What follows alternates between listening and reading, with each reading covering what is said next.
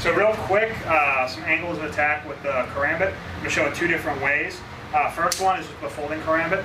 Our angle one that we utilize, actually the first five are very similar to what we do with the stick. So angle one is the forehand to the neck. Angle two is the backhand to the neck. Angle three is the forehand to the body. Angle four is the backhand to the body. 5 is going to go in at the navel and come up. Now here's where it changes a little bit. 6, we're going to go down at the femoral arteries. 7, femoral artery on the other side. 8 is an uppercut into the pec delt connection in the armpit. 9 is a pec delt connection on the other side. 10 is going to go into the extended grip, and we're going to go back and we're going to catch the groin, pull it out, flip back to the standard grip. 11 is going to be up and into the chin, hooking the mandible. Okay, so we're doing it that way because it's a folding karambit. The folding karambits don't have an edge on the other side, so I'm not going to be able to get anything here.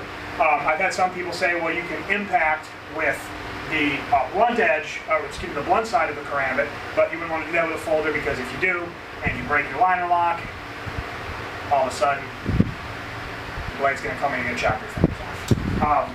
Some karambits, though, like the Halcon from Filo Blade Works, has an extra edge on the back side. Well, actually, the Halcon has a bunch of different edges. But even like a traditional karambit, fixed blade, a lot of times will be sharp on the back side. So that opens up additional angles of the palm up forehand and the palm down back. So with the Halcon, this is how you can do it. The 1 is the same, the 2 is the same. We're going to add now a 3 here and a 4 here. 5 now is at the body, 6 is the backhand of the body, 7 is in and up to the sternum, 8 is down at the femoral artery, 9 is at the femoral artery on the other side, 10 is uppercut into the armpit, 11 is uppercut into the armpit, 12 we're going to roll into the extended grip into the groin, 13 poking into the chin, and now we're going to add a 14th angle because the Halcon has these lovely little spikes on the back end. I'm just going to hack down into the face. This way. Okay, so one more time. 1, 2, 3, 4, 5, 6, 7, 8, 9, 10, 11, 12, 13, 14. All right, so now I'm going to show just some entries with the karambit, but first I'm going to show you how they apply to our empty hands because the entries that I use with the karambit are based off of our 14 empty hand blocks. Okay, so the first 2, we call this mirror on the inside. So he's going to throw a hook punch. I cover here. And the next one, throws a hook punch on the other hand, and I cover here. Okay.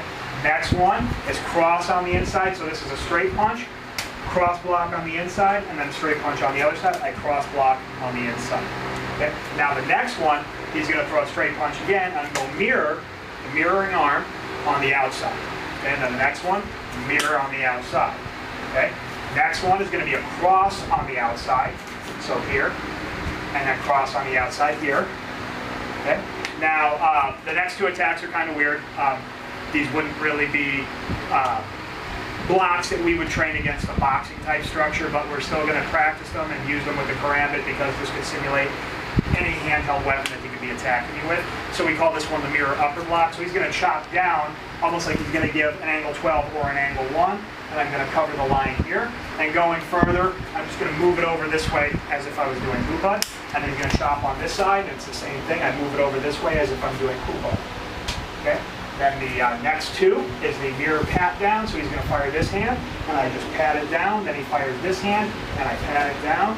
Now the last 2 are cross pat downs, and these are going to go to the body. So he fires to the body, I go cross, pat down, and then the body here, and I go cross, pat down.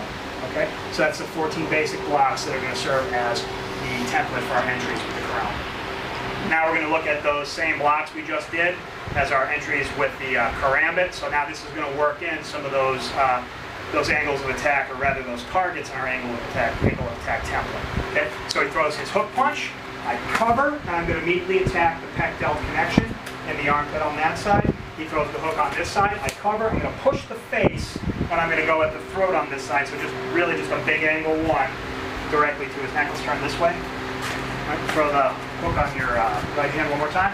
Here, into the armpit, and then on this side, here, push the face straight into the neck. Okay? Back over here. onto the straight punches now. He throws this hand here. He's going to open it up on the inside. And now since I'm using a fixed blade karambit, I usually approach using all fixed blade karambits as if it was a folder, because in reality, if I was going to carry a karambit, it would probably be a folder. So as we talked about before, I can't slam the blunt edge of the karambit into his body or his face, because I'm going to run the risk of breaking that liner lock and chopping my fingers off. So I'm just going to substitute this with a forearm slam into his neck. So he punches again, forearm slam into the neck, and we would use this position as an entry into throws like the Puder Kapala, this one. But in our basics, we don't take it down to the throw. Okay. Next one, he throws the punch on this side.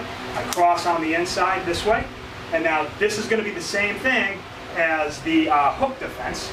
I'm just going to push the head, and I'm going to slam into the neck here. And then one other variation on that one, you can throw that hand again. Let's turn it on this side. I cover the line here, crossing on the inside, and I'm just going to come straight up into the chin with this uppercut. Okay, so that's going to be hooking the leg. Okay, switch back. Okay, now these are probably the two easiest ones. He's going to throw that hand on this side, and I'm going to go on the outside, and I'm just going to punch straight through the face.